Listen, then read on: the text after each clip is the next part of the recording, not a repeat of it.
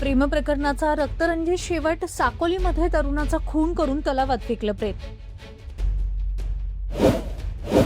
भंडारा जिल्ह्यातील साकोली शहरालगतच्या गडकुल्ली या परिसरामधील तलावामध्ये एका 30 वर्षीय तरुणाचं संशयास्पद अवस्थेत प्रेत आढळून आलं.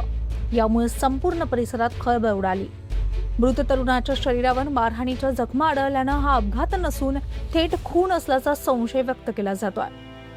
मृत तरुणाचं नाव निखिल कांबळे, वय 23 असं असून तो काही कामानिमित्त साकोली येथे वास्तव्यास होता. मिळालेल्या माहितीनुसार निखिल हा 21 मे रोजी रात्री आपल्या गावाकडे पाण्याची कॅन आणण्यासाठी गेला होता आणि त्यावेळी तो 2 व्हीलरवर होता.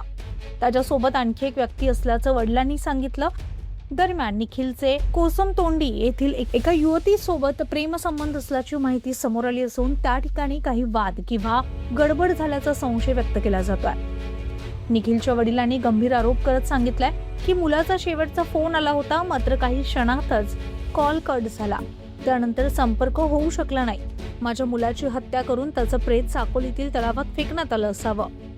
22 मे शुक्रवारला क्रिकेट खेळण्यासाठी गेलेल्या काही युवकांना तलावात तरुणाचं प्रेत दिसून आलं. विशेष म्हणजे मृतदेहाजवळच त्याची 2 व्हीलर गाडी, बॅग आणि पाण्याची कॅन ठेवली होती. घटनेची माहिती मिळताच साकोली पोलीस घटनास्थळी दाखल झाले आणि पंचनामा करून तपास सुरू केला. घटनास्थळी नागरिकांची मोठी गर्दी होती.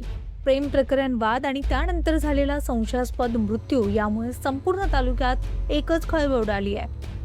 आता हा खून नेमका कोणी आणि कोणत्या कारणातून केला, आरोपी कोण आहे आणि साकोली पोलीस किती लवकर या प्रकरणाचा उलगडा करतात याकडे संपूर्ण जिल्ह्याचं लक्ष लागलंय.